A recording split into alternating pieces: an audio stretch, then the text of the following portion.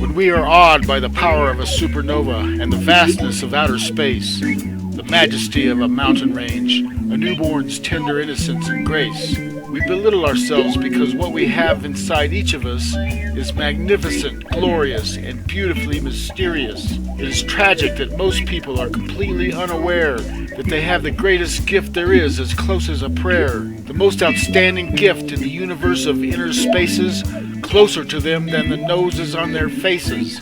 God created the universe with challenges and accommodations. When we are on the path, we get our real educations.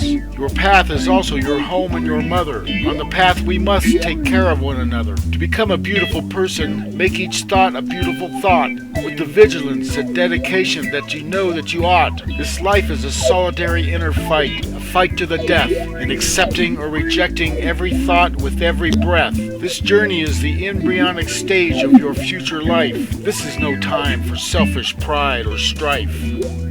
The opportunities our human birth have given us are sublime. Transcending death, from nothing to divinity we may climb. To chisel the value of human struggles and interactions into the granite of eternal realities, not mere abstractions. Finding the infinite love of God's Spirit is the greatest human accomplishment, the beholding of which all nature trembles in acknowledgment. Wise men be fools, saints and angels lie flattened in eternal astonishment. Anyone who learns this will gladly endure any inconvenience, any insult, pain, and suffering for the sake of love ever since. Anyone who knows this love just wants to be the humble servant of all that they see. To those who are thoughtful, the future is joyous and tragic already. Tragedy is only crushing because of love. Without love, there is no tragedy. And without the possibility of tragedy, there would be no love. This is the unfathomable plan from above. False spirituality includes contacting the dead and ancient mysteries, fortune-telling, pagan cults, and making prophecies. True spirituality includes peace beyond understanding and that happiness beyond rejoicing. A clean, joyous, natural, sparkling, radiant, tender, vigilant feeling. Pleasure in rejecting our unhealthy material appetites. When contemplating life's decisions, we get insights. Comfort when feeling harassed or oppressed. As we grow in companionship with the Spirit, in grace we are blessed. The involuntary healing of our weaknesses as we persevere. With obedience to the Spirit, our unwholesome natures will disappear. The perception to see the Spirit working, and courage when life looks daunting. Composure and clarity as we work to master our mind. The inner assurance of eternal life we will find. Living in awareness of the infinite and tender love for each and every person of our Father up above. There are some thoughts we must never think. In the face of insult and criticism, we must never blink. We must never think critically or judgmentally of others. Let's always look for the best in our sisters and brothers. Never anger, resentment, pride, or suspicion. Self-deception always wears the disguise of self-justification. As people, the majority of the clergy are great. It is not my place to personally berate, but as an institution, they are the blind leading the blind. Into a dark cave they have led mankind. A personal relationship with our Father is a teaching they forgot. If they were to teach what Jesus taught, they would be relinquishing their authority as intermediaries between mankind and the Almighty. And then they would be out of a job, no longer to be addressed with titles of authority by the mob. Their services to mankind are based on ancient writing. God writes words of life in the hearts of His children. He is not in hiding. Some force believers to choose between God and science. To deny the truth of God's creation doesn't make any sense. They say God lives in their church and we should worship Him there. We stand in God's presence always, everywhere. The body is the temple of the Spirit, Jesus said. He was saying the Spirit of God lives inside your head. They say God keeps score and will punish each fault.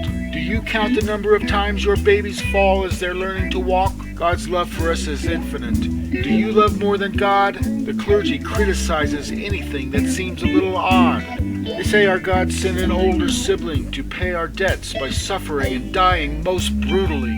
The teaching that God thus satisfied his resentments of man's evil doings is blasphemy. This is ancient thinking and unworthy of humans, let alone God. This is the teaching of barbarians. Blood sacrifices are relics from long ago ages, when natural disasters were their emotionally disturbed gods on angry rampages. The clergy condones and verifies society's revenge for hostilities with brutality. True religion promotes self-discipline and condemns all hostility. Jesus said, "Turn the other cheek."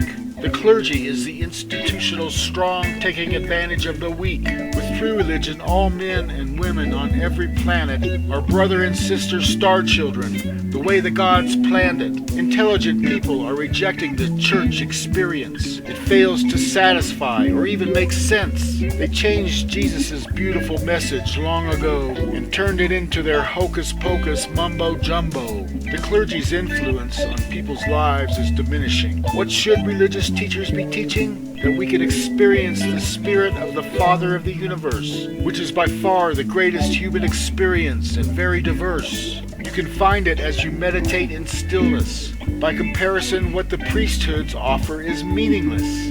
Mental discipline, bring every thought into the obedience of the mind of Christ. Never to negative thinking and soul poisons be enticed. How to meditate and the correct attitudes and expectations toward praying. The difference between what true religion and institutional religion is portraying. True religion includes all cultures, races, nations, planets, sexes, languages, and customs. Church is boring. True religion is electrifying and eventually overcomes. How do we live as a child of God in this world of confusion and strife? The purpose of life is not to gain material possessions, but to gain eternal life.